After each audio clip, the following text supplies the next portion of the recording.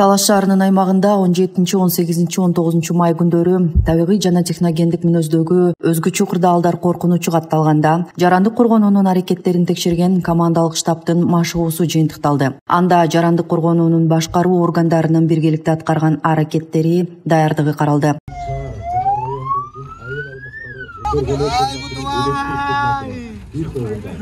Машыгуу планынын алкагында күчү 7-9 балга жеткен жер титирөө катталып, жарандык коргонуу башкаруу органдары күч каражаттары өзгөчө кырдаал катталган аймактарда авариялык куткаруу жана башка кечиктирилгис иш-чараларын, жабыркаган калкты коопсуз аймактарга эвакуациялоо жана аларды убактылуу жайгаштыруу, ар тараптуу камсыздоо иштери уюштурулуп, өзгөчө кырдаал режимине өткөрүлдү.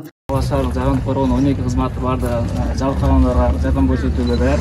Ошо жабыркагандар 2154 түп. Бүгүнкү күндө Газпром спорт комплексинде жана бул жерде палаткада балдар сапат лицейинде тигилген жатакана үчүн. Бул жерден чогулганда продуктлар ошол жака жөнөтүлүп атат.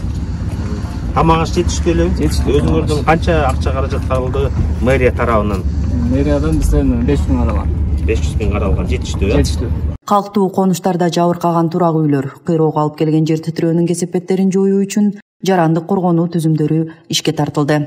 Команда штабтык машыгуудагы аткарылып аткан иш-чаралары бардыгы даяр, аткарууга өзгөчө кырдаал областта, Талас областында пайда болсо, ошолор өзгөчө кырдаалдардын алдын алууга жана кесепеттерин жоюуга даяр. Жарандык коргонуунун аракеттеринин командалык штабтык машыгуусу жыйынтыкталып, өзгөчө кырдаалдын кесепеттерин жоюуга активдүү катышкан бир катар мекемелерге министрликтин ыраазычылык баракчалары тапшырылды. Талаш шаарынын мэринин биринчи орун басары Максат Байжигитовго Кыргыз Республикасынын өзгөчө кырдаалдар министрлигинин атайы төш белгиси тапшырылды.